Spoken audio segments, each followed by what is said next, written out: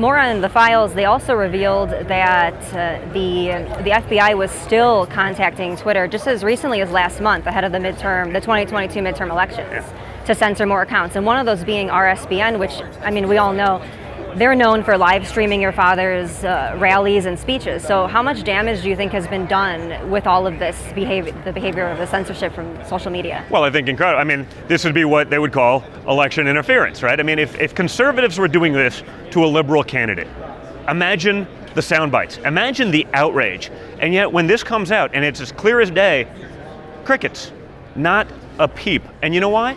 Because the average American newsroom, what's going on there is absolutely no different than what went on at Twitter, at other big tech, in the mainstream media. They're all the same. Twitter's just the first one to be exposed. But if we think what happened at Twitter is any different than what happens at the Washington Post, or the New York Times, or ABC News, or any of them, you're out of your minds. We've been dealing in a deficit forever. I've been saying it for years because it's been so apparent.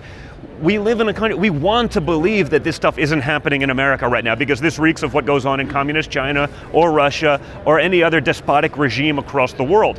It's happening here right now. We all knew it. A few of us were brave enough to say it. There were a couple others and they got canceled because no one wanted to expose. Maybe a couple people were big enough, it was hard to cancel because they had other ways to get their message out.